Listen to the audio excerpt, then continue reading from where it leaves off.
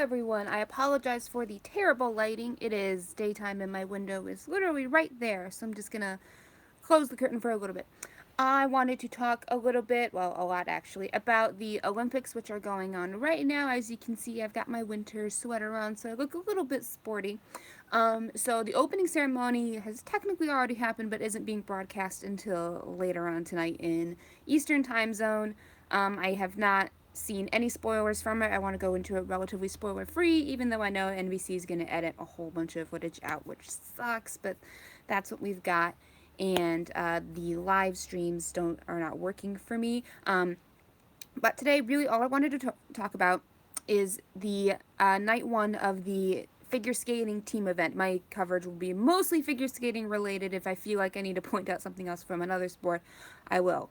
But I'm making these videos mostly for figure skating. And if you guys like these videos, then by all means, please tell me. I would love to do these for every single event. They would probably be posted the day afterwards.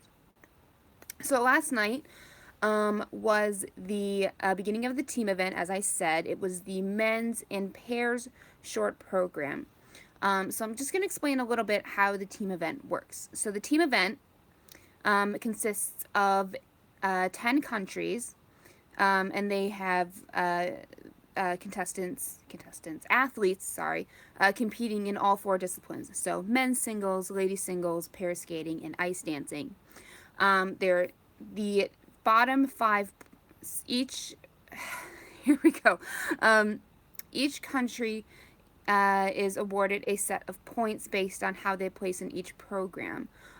So, for example, Japan, who placed first in the men's short program, got 10 points because they were first. Second place gets 9, 8, 7, 6, 5, 4, 3, 2, 1 down the line.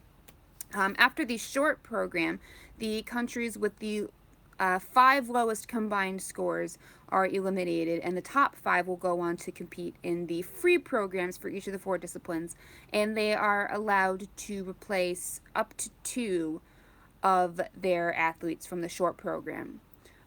So, for example, the U.S., they can't sub out pairs because we only have one pairs team there, but they could sub out Nathan Chen, and it looks like they are going to do so and have Adam Rippon do the long program. And then they could choose for ladies or dance whether to substitute their short program person. So, and then, of course, at the end of it all, the country with the most combined points wins. So as the standings are right now, we've only had 2 disciplines go so far, so we still have ladies and ice dance to go tomorrow night, and then after that, we'll find out the 5 teams that are being eliminated, and then I believe they're going to start with the pairs. I forget what are they starting with. Let me scroll up, and then they'll do the pairs free tomorrow night, and then on Sunday night, February 11th, but Monday morning, February 12th in South Korea, they'll have the rest of the events. So men's free, ice dancing free, ladies free. And then I think they'll have a day off before they start individual competition. So the standings right now after night 1 are Canada is in first place with 17 points, followed by the United States with 14. Japan and the Olympic athletes from Russia are tied for third with 13. Meanwhile, Israel in fifth with 10. Germany each have 10. South Korea and France each have 6. So basically, this event kind of is supposed to see like how strong overall your skating programs are. Canada being in the lead is not a huge surprise. They are strong. They have the most entries of any country, which is a testament to how well they've been able to do at Worlds and at previous Worlds. Your placement at Worlds determines how many quota spots you get for the next year's Worlds, and then the Olympics, obviously. So Canada has 17 athletes total competing. They have 3 in each of the disciplines, except for the men's. They have 2. Patrick Chen is back for his 3rd Olympics and placed 2nd in the men's short last night, and he fell twice. So this is going to be a very strong narrative throughout this video, is me complaining about the men faltering. So many of the favorites faltering. So last night, let me scroll up. We it was a very disappointing men's short program, to say the least, because we've seen so many of these athletes do so much better. And as I was watching live on NBC, they did cut away from a couple of the athletes, and they cut away from the Israeli athlete who ended up finishing second. So I'm sorry, Patrick Chan finished third. Oh, Alexei Bachenko finished second. Which is amazing, and it was great, but it was far below Shoma Uno. I think it was the only person that I saw who didn't fall. I don't know if Alexei fell or not, but he didn't fall. He was the only person to score over the 100 mark for the short program. And then Nathan Chen. I need to talk about this for a moment because Nathan Chen came into these games. NBC was hyping him up non-stop. I just have to I'm gonna pull the camera up a little bit, hyping him up nonstop. He skated in the second group. I think he was skated third to last. And like the entire hour leading up to it, it was like we had a segment on Nathan Chen, where he grew up on. It was like Nathan Chen, Nathan Chen, Nathan Chen. They had cameras following him around everywhere.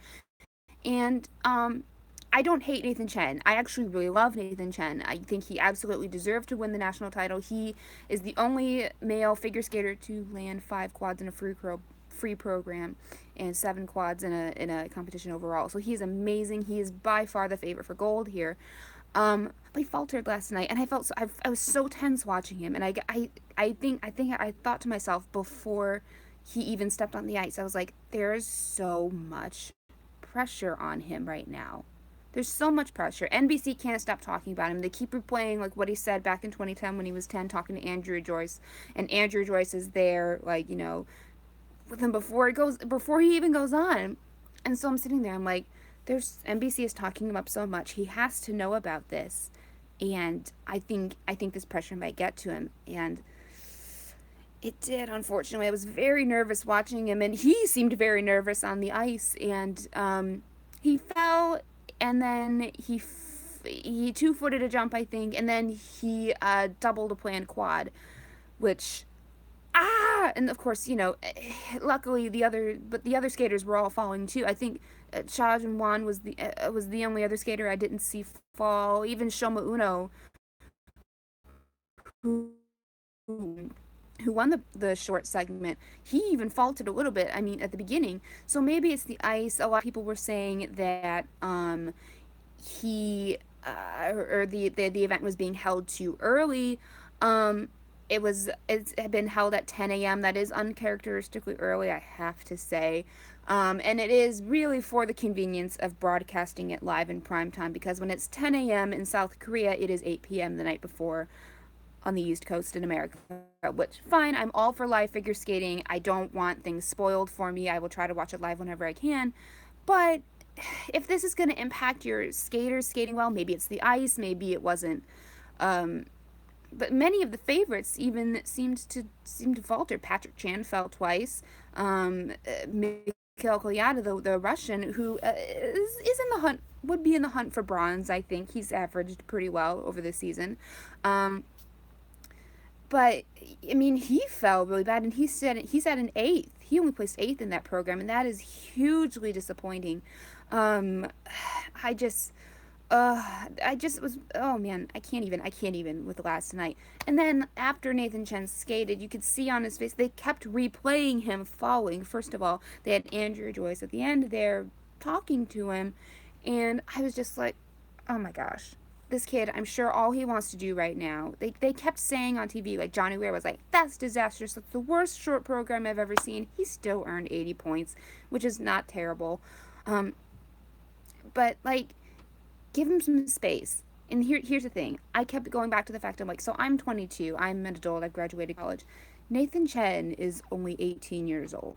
Yes, he's amazing. Yes, he's one of the best figure skaters in the world, but he is still a teenager. To go to the Olympics as the clear favorite, you are the first member of your team to take the ice, and then like all of a sudden the commentators are telling you that you let your team down.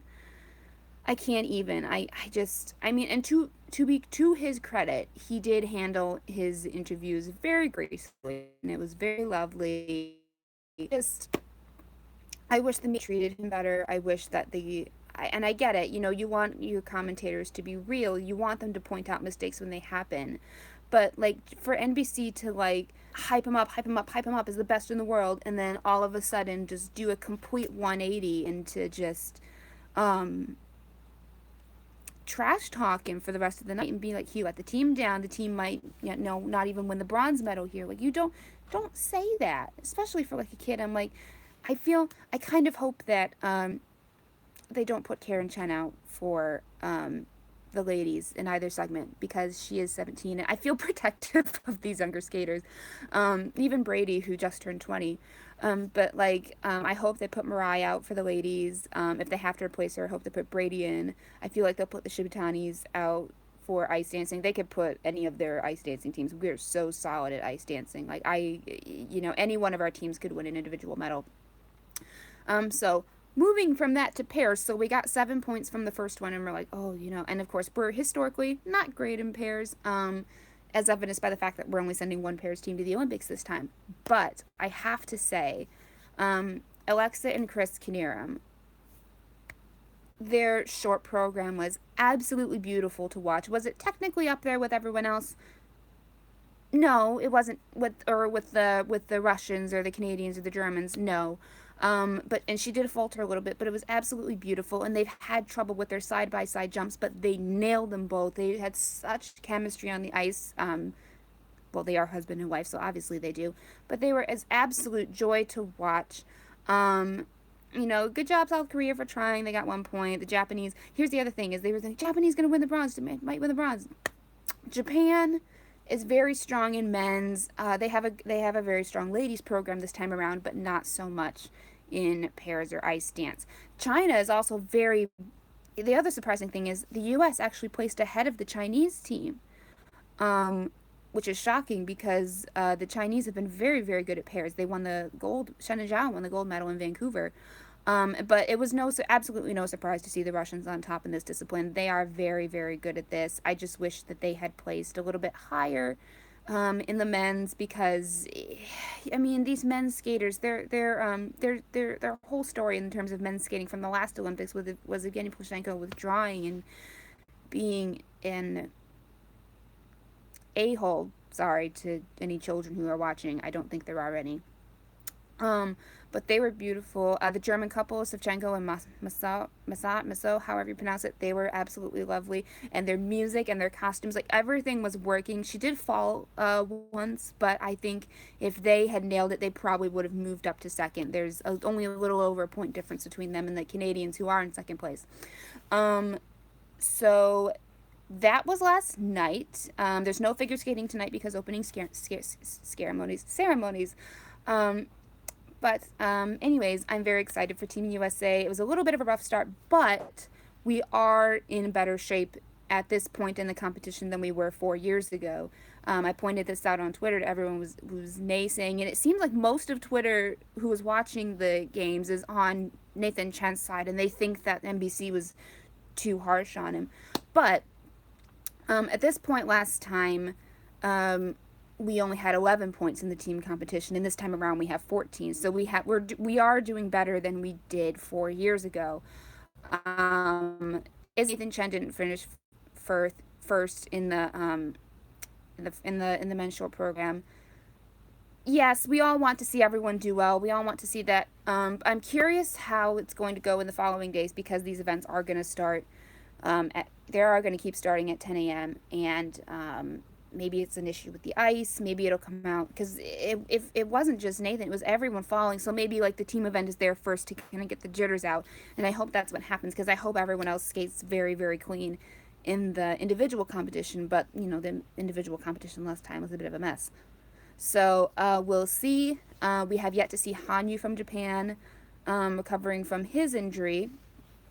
But I expect, if I'm going to make predictions over who is going to team competition, absolutely for sure, probably Japan and probably Russia. And I think that last spot is probably going to be a wild card. As, of course, we have for the Italians, Carolina Costner or Giada Russo will probably skate in the ladies section. Russia will probably win that segment. They've got Yevgenia Medvedeva please correct me on how to pronounce her last name. But they will probably win the ladies segment, and that will probably move them up a couple slots. Canada will also probably place well in that segment. Japan will place well in that segment, and really everyone else is kind of a wild card. And then of course dance, France will earn a lot of points in dance. America will earn a lot of points in dance. Canada also, they have Tessa and Scott. So we shall see. It is interesting because this event kind of like, one country can be very good in one discipline and then in the others they're kind of meh. Luckily, Canada and the United States seem to be not particularly terrible.